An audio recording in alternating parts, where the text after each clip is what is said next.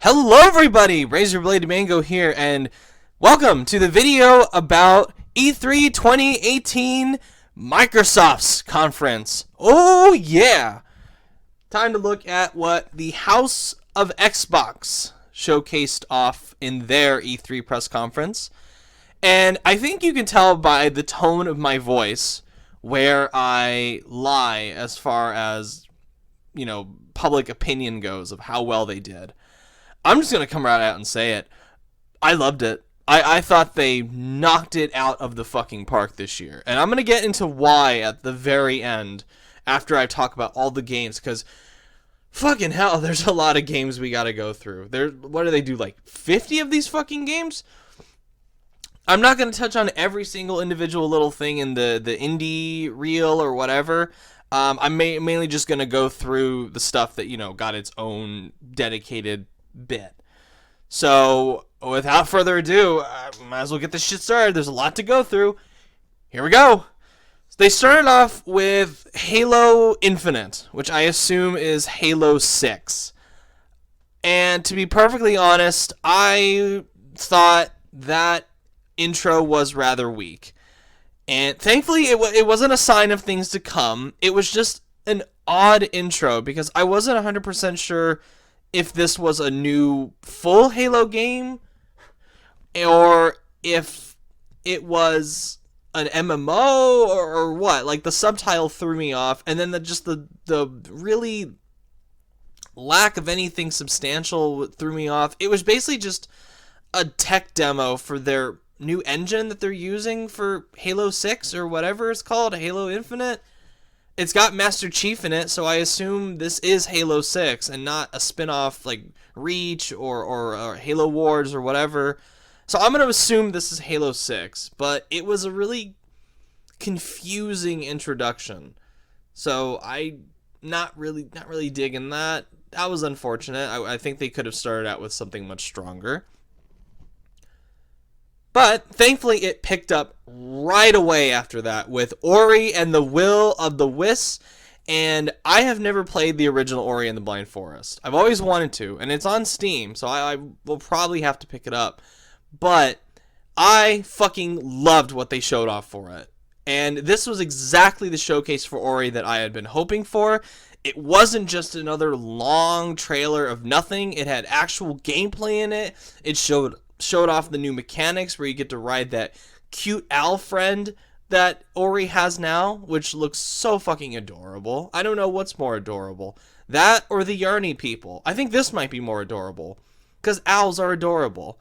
And everything, like the environments are just as colorful and vibrant and beautiful to look at as in the last game. And I'm really, really into what I'm seeing from Ori and the Will of the Wisp. This is probably the Xbox exclusive, Microsoft exclusive that we've seen in terms of gameplay that I am definitely the most interested in out of all of them. And it comes out 2019, so I will absolutely be on the lookout for that. Then they moved on to Sekiro: Shadows Die Twice. Finally, we get a look at what From Software has in store next. And it's pretty much what I expected it to be, where it's not Tenchu, but it's a new franchise, and it looks a lot like Dark Souls at a first glance. However, I'm convinced that there is something new to this formula. There's some kind of new flavor that From Software is bringing to it, because Dark Souls extraordinaire himself, Hidetaka Miyazaki, is directing it. And I don't think he would go back to this style of gameplay after years upon years upon years of doing it if there wasn't some kind of new spin on it.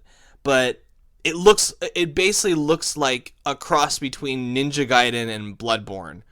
And it looked so good. And Activision's unfortunate involvement aside, I think this game is going to be fantastic. Just the look of it, how like fast and lethal the combat is, all the aerial traversal you can do.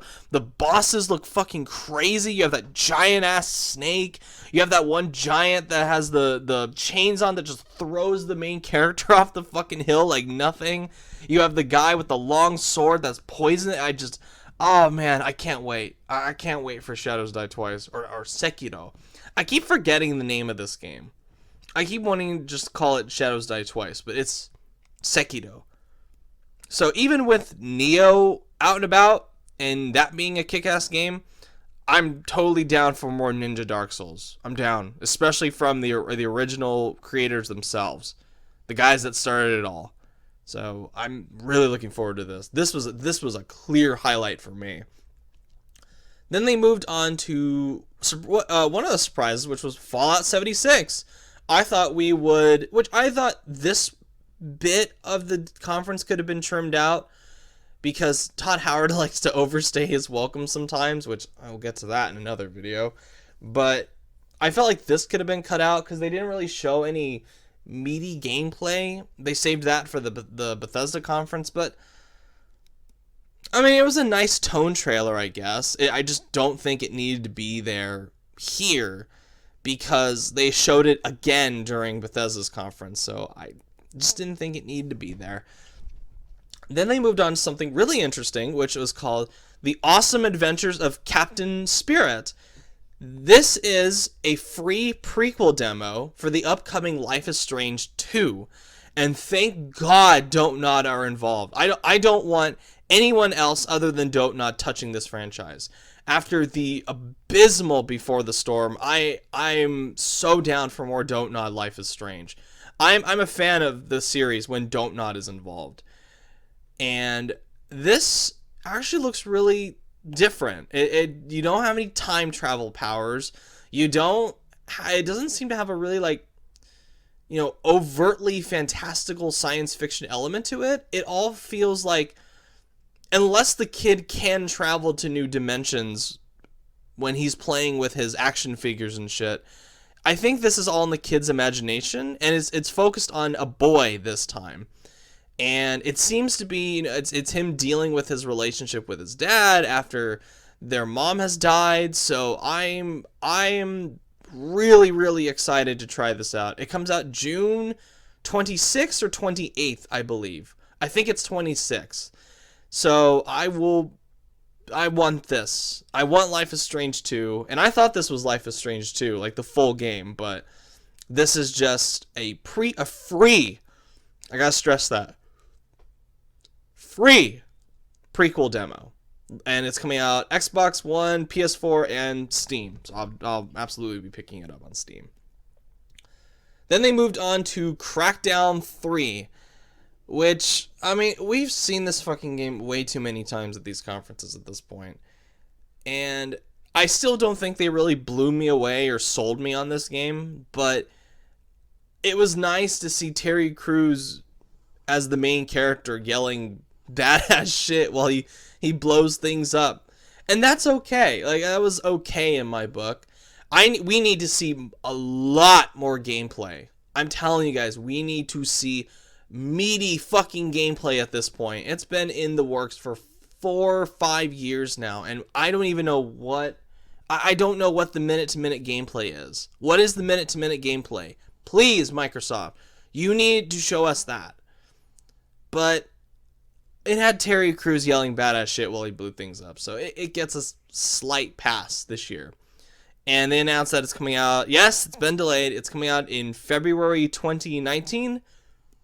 Yeah, we'll see about that. Then they moved on to Metro Exodus. Now, this was a damn impressive demo. I'm still not 100% sure I'll be playing this game or not, because it's coming out the exact same day as... I don't know what the fuck it is about February 22nd, 2019, but you got 3 games coming out on that day now. You got Metro Exodus, Anthem, and Days Gone. And Days Gone is way above the other two, the priority here for me. So I like a lot. I like a lot what I saw in the demo or the gameplay trailer, whatever the fuck. And I liked it a lot better compared to last year's showing, which I thought looked like really fakey and obviously scripted. So that kind of put me off. But I was hooked. I was like, okay, you've got my attention now. I've always wanted to really like Metro, but I never could like fully get into the last two games. But this one, I think this might be the one. So I'm looking out for that. Then they moved on to, oh boy, I had a gut feeling they were going to show Kingdom Hearts 3 here. And truth be told, they showed, and I'm going to give you guys a little bit of insider info. I have seen physical evidence, like with my own two eyes, of the trailer that they showed during the Kingdom Hearts Orchestra Saturday night. I've seen it. I've seen most of it with my own two eyes. And I fucking loved that trailer. Like, I was nerding the fuck out when I saw it. And I'm not even just talking about this one. That trailer that they showed at the orchestra, I thought that's what we were going to get here. But Square Enix just was like, nope, you get a completely different trailer. Not a frame of footage from that orchestra trailer was this trailer right here we got during the Xbox conference. And when that popped up, and it begins with the same thing where it's like, oh, the oaths combine or whatever the fuck, the light gathers. And I thought, all right, we're just going to get the same trailer that the orchestra one showed. Then when Frozen popped up, I was like, oh, fuck, this is a new trailer. This is a new fucking trailer with Frozen. So we got Frozen finally, which doesn't surprise me at all. That's been rumored for a long time. And it's such an obvious choice for Kingdom Hearts 3. So we had Frozen. Yes, you interact with Elsa, you interact with Anna, you interact with Sven, you interact with Olaf. Not a sing-along world, thank God, because that was my big fear, that if they were going to include Frozen, you would have Sora singing Let It Go with Elsa a billion fucking times. So I was like, thank Christ. And the gameplay for it looked fantastic. You had Sora skating on the ice, fighting Heartless. Simba is a summon, thank God. You have snowboarding on Goofy's shield, which, holy fuck, yes, please, thank you. And, of course, the usual, I think it's Josh Gad that is doing the voice of Olaf, so that's nice to see the voice actors from the movie, or at least one voice actor from the movie. And past that, we got to look at Gummy Ship battles, which look cool.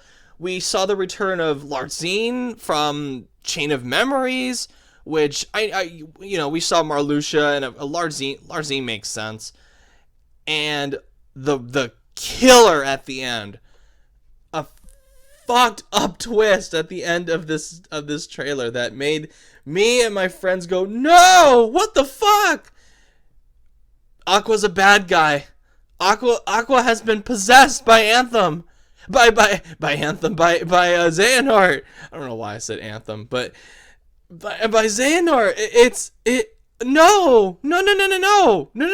Do not have Aqua possessed. Don't make her a villain.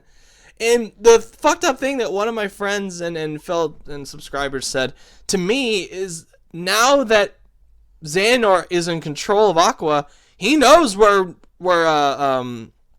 Ventus is in the Castle Oblivion. He knows he's gonna get Ventus before the others do. So, oh fuck, that's not good. That's not good. That Aqua's a villain. Oh no. But can you imagine that boss fight that's gonna come from this? Can you imagine a Riku and Mickey versus evil Aqua boss fight? That in a franchise, in a game that's probably gonna have the best boss fights in the entire series, that I think is gonna be a fucking standout. Oh my god, I'm dreading seeing like the fucked up shit they're gonna do in that, but I'm also really, really excited. January 29th cannot get here soon enough for me. And they moved on to Sea of Thieves. Yay! I don't care. Hooray! It's Sea of Thieves gameplay. Okay. Basically, this whole bit for me was just like a come down. after the beauty that was the Kingdom Hearts 3 trailer. This was just a come down. And then they moved on to Battlefield 5, which I swear to God, EA is doing such a piss poor job of showing this game off. Like, we barely got like a 1-minute trailer for it.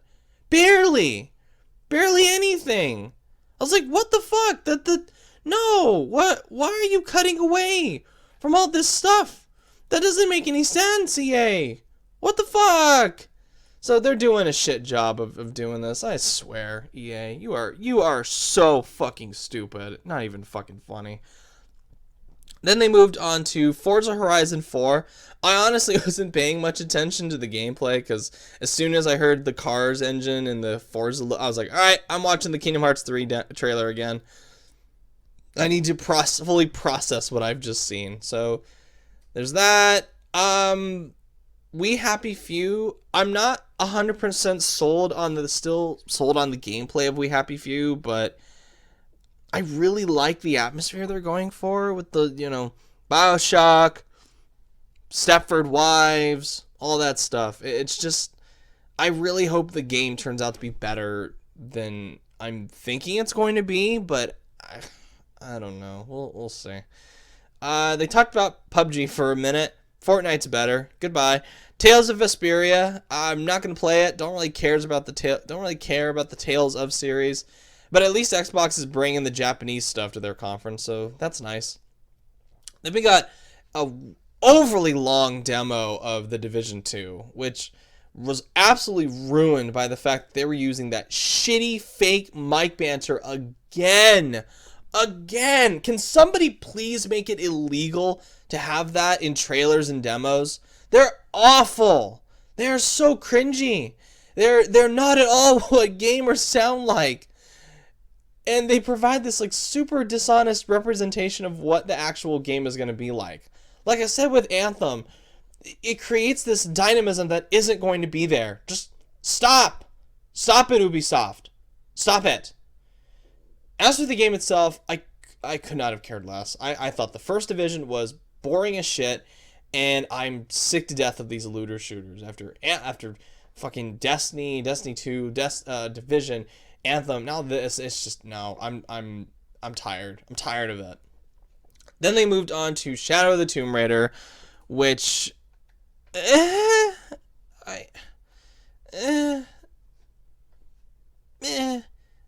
meh. Then they moved on to Session, which is a skateboarding game. That's an exclusive to a console exclusive to Xbox, so it's coming out on Steam as well. Hooray! We don't need Skate 4 anymore. Fuck you, EA. Ha ha ha. This is the thing that fucked with me. People are getting angry that it wasn't Skate 4. And I'm just like thinking, why do you guys want Skate 4 from this EA? This EA that doesn't give a fuck about its players, that wants to create a Command and Conquer mobile game. Like, do you really want a Skate 4 from them? Really? We have Session now. We don't need Skate 4 anymore. I will take Session over Skate 4 any day of the week. Then they moved on to Black Desert, which is an MMORPG. And I was thinking it was something else. I was really into the trailer, and then I found out it was for Black Desert, and I was like, fuck. Never mind. Then they moved on to another huge highlight for me, which was Devil May Cry 5. Oh, hell yeah, baby. Time to kill some fucking demons like a badass motherfucker. That was a fantastic fucking trailer. Super stylish, really funny, cool gameplay, great gameplay. Like, the graphics look amazing. I think it's running on the RE engine that was built specifically for Resident Evil 7. It looks gorgeous. It's going to run at 1080p 60 frames on base PS4. Can't wait. I am so excited to play this game. Day one buy for me, easily. Even if this had been DMC 2, like the Ninja Theory DMC, I would have been okay with it, because it looked goddamn awesome. And then it was revealed to be Devil May Cry 5 because we're going to be playing as Nero, and Dante's in it, and he looks older. He's got he's got facial hair now. He looks like a badass. I can't wait. I'm so excited for Devil May Cry 5. Then they moved on to Cuphead DLC, which is called like The Last Course or something. New island. It's got a new isle. It's got new bosses, new weapons, new charms. I hope you don't have to complete the game in order to access the isle. I'd like to just have this as like its own separate thing. I'm gonna be really pissed off if you have to beat the game in order to access it, because I really don't want to go through the fucking. I suck at parrying in that game, so I really don't want to have to go through the King Die boss fight. Like, that's the point where I just gave up on Cuphead. I really like Cuphead, but I was just like, right, I know why I'm beaten. I don't want to deal with this. Then they moved on to, I'm looking forward to the Cuphead DLC. And I will buy it if you don't have to complete the game to access it. I hope you don't. Then they moved on to Jump Force, which is from Bandai Namco, and it's all like the Shonen Jump manga Bandai Namco characters fighting each other. It's got like the guy from One Piece. It's got Naruto. It's got Goku from Dragon Ball. At one point you see Kira and Ryuk from Death Note. So I am not really into it. Like this kind of fighting game is not my thing, but I will be more than happy to watch like the cutscenes and the gameplay and stuff. I'm into it just from that. It's great in theory. It's just not my style of fighting game. Then they moved on to Dying Light 2. And it's no secret that I hate the first game. Like, I really, really hate the first Dying Light. It's one of my least favorite games ever. Techland is probably my least favorite studio ever. Like, I've hated like 3 games they've made. I hate Call of Juarez the Cartel. I hated Dead Island. I hated Dying Light. So there's a very high chance that I will hate Dying Light 2. However, even with all that said, I am intrigued by Dying Light 2. I'm interested in learning more, because the thing that caught my eye is I like that there are branching paths in the story. One of my big complaints in the first Dying Light is I thought the campaign was just the most boring cookie cutter bullshit you could do for a AAA game. It's just the boring ass white savior, like run around. You have the stock standard characters. It felt like an Ubisoft story in this thing. It really did. Right down to like the Far Cry drug tripping bit that you have to do. It feels like such a shameless ripoff of the Ubisoft formula as far as the story goes. But I like that there are branching paths in this story, and you can actually negotiate with people that want to kill you. And I don't know how extensive that's going to be or how limited it's going to be, but I'm interested in it because of that, and it seems like your choices actually do have a big impact not only on the story but the environment itself. So that sounds interesting. I need to see more, of course, and I don't want to hate Dying Light 2. I like to play it and really enjoy it. I went from hating first Watch Dogs to loving Watch Dogs 2. I went from not giving a shit at all about the first Titanfall to thinking Titanfall 2 is one of my all-time favorite games. The same can happen to Dying Light 2. It totally can. Then they moved on to Battletoads. Fucking finally. At last, Microsoft is going to start using their gold mine of rare IPs that they've been sitting on for ages. So it's been confirmed that this is coming out in 2019. It is not a remake of the original Battletoads. It is a brand new game. It's got 4K 2.5D hand-drawn animation, which sounds awesome. It's got 3-player couch co-op, which is great. And it's coming both from Rare and this other studio called like Zalala or something like that. So Rare is involved in some way. So I'm really looking forward to this. I wish they had shown off gameplay, but I am very, very excited to see more from Battletoads. Then they moved on to Just Cause 4, which I really dislike Just Cause 3, so I think I'm going to pass on this one. Then they moved on to Gears Pop, which I know people were like, this is stupid, but I'll give them this. It already looks better than that new Command & Conquer. I'm more inclined to download this than Command & Conquer Rivals. Then they moved on to Gears Tactics, which is an RTS Gears of War game. They didn't show much from it, but it looks, I'm not a big, super big RTS guy, but I'm happy for the people that are. Then they moved on to Gears of War 5, which wow, I was impressed, because the last one bored the shit out of me, but this one looks very different in tone and in feel from the other ones, even the old original series. It's still got the gore, it's still got the killing. It doesn't have the goofy. I don't really know how to fully articulate this. From what they showed, and it was like a 5-minute thing. It didn't feel like the usual Gears of War, super macho, goofy bullshit. It was just, and I love that super macho, goofy bullshit from the original trilogy, but what people don't really, what people forget a lot of the time is the original Gears trilogy had its emotional moments. It really did. Like the whole bit where Dom dies, where Marcus Phoenix is there's I forget specifically what it is, but in the first game there's a really heartfelt moment of survival horror, and there's a bit where they're lamenting the loss of the world. There's a heartbreaking bit in Gears 2 where Dom has to mercy kill his wife that he's been trying to find since the first game.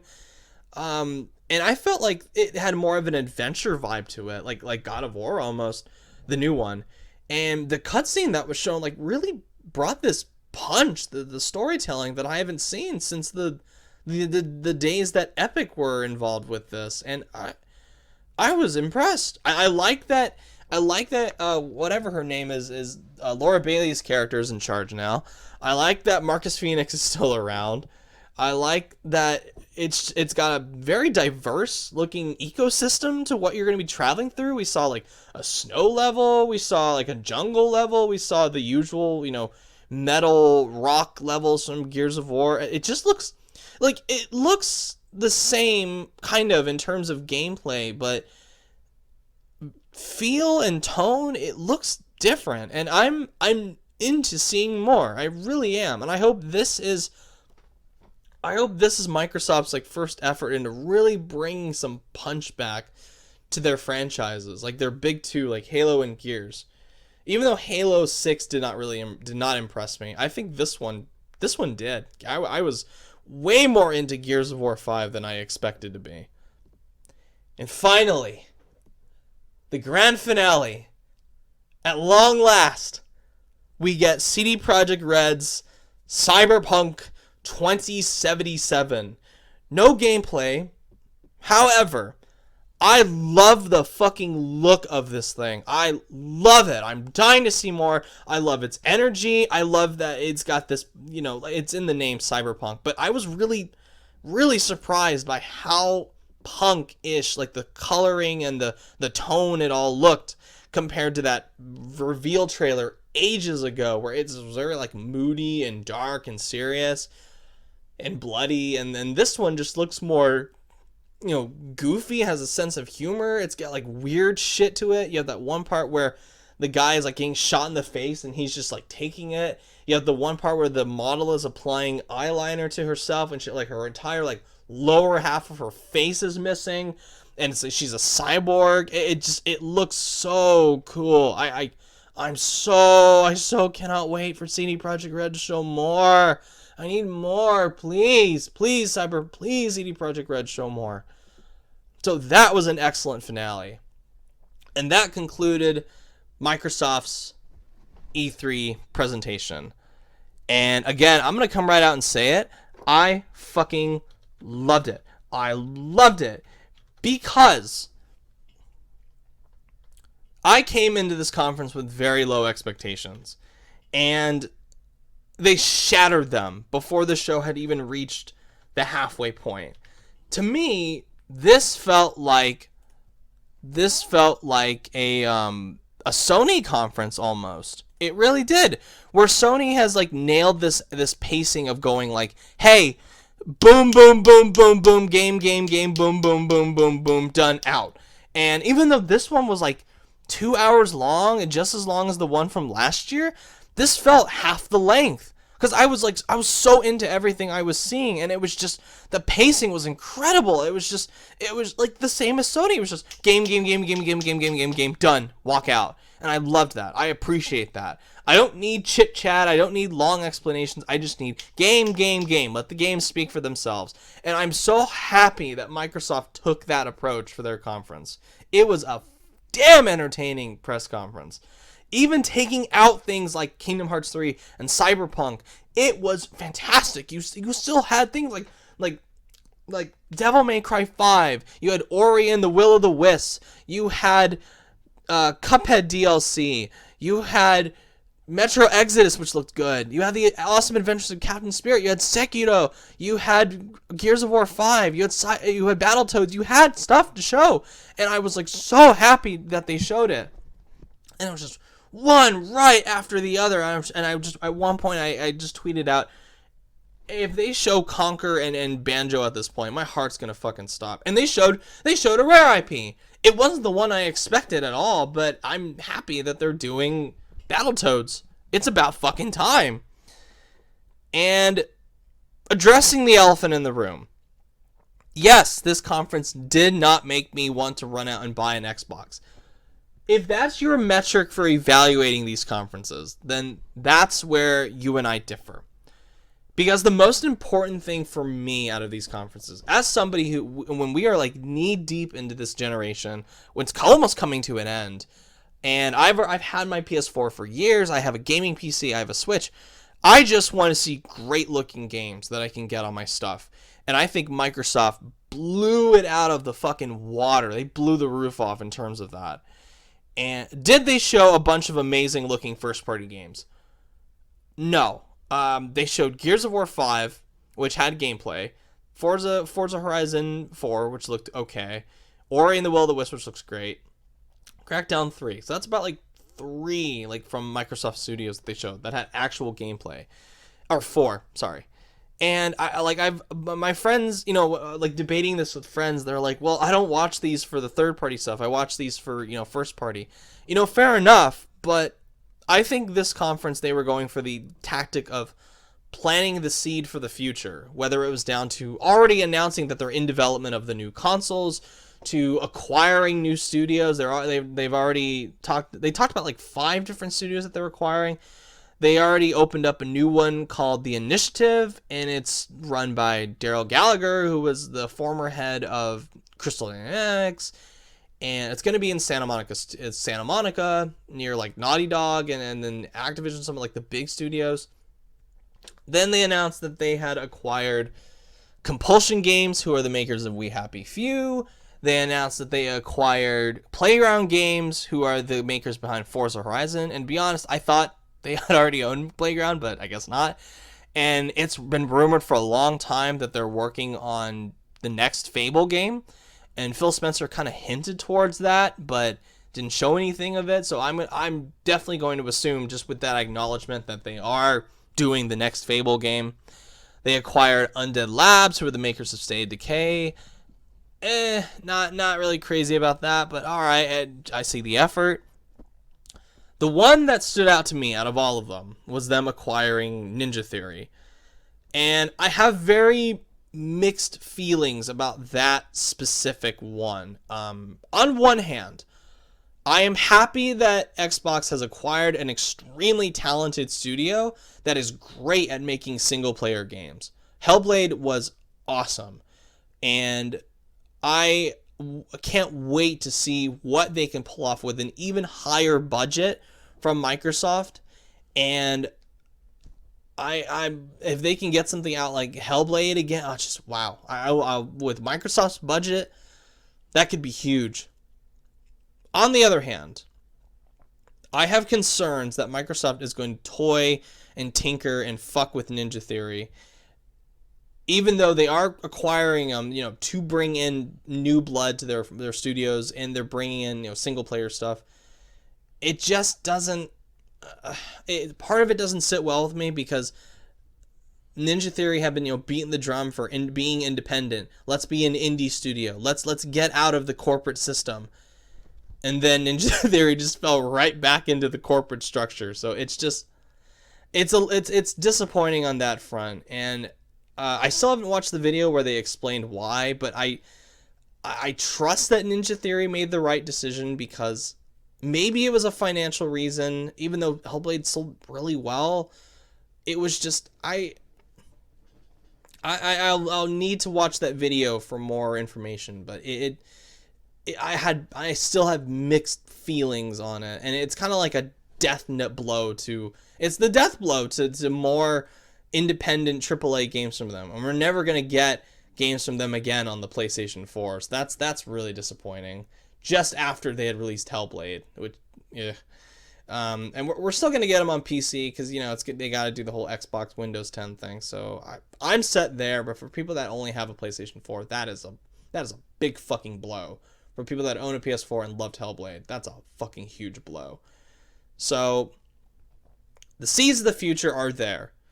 I think they did a fantastic job showing off a lot of third-party stuff. It was the pacing of the conference and the style at which they did it that won me over, and the quality and quantity of the games that completely floored me. So I loved it. I see the effort to change their future there, and I think Xbox has made a great start so far. And honestly, even with like Last of Us Part 2 and Death Stranding and Ghost of Tsushima, Sony is going to have a really tough time beating this one for me. I really hope they can do it, but I honestly, I have my doubts. I don't think Sony is going to do better than Microsoft. I'm going to say it now. I don't think they will. So final grade for Microsoft with a lot of highlights, some lows here and there. I thought Battlefield 5 being there was useless. PUBG being there was useless. Sea of Thieves DLC being there was useless. B+. It was great. I loved it. And I can't wait to see what the future of Xbox holds. And I never thought I would say that, especially the whole Battletoads and Gears of War 5 thing. If Gears of War 5 continues to look the way it looks, and they don't pull any more microtransaction bullshit like they did with the last one, and the story isn't fucking boring like the last one, I will buy Gears of War 5 on my PC. I will do it. I really will. So that was that. Thank you for tuning in. Let me know what you guys thought of the Microsoft conference, and I will see you all for Bethesda. Take care.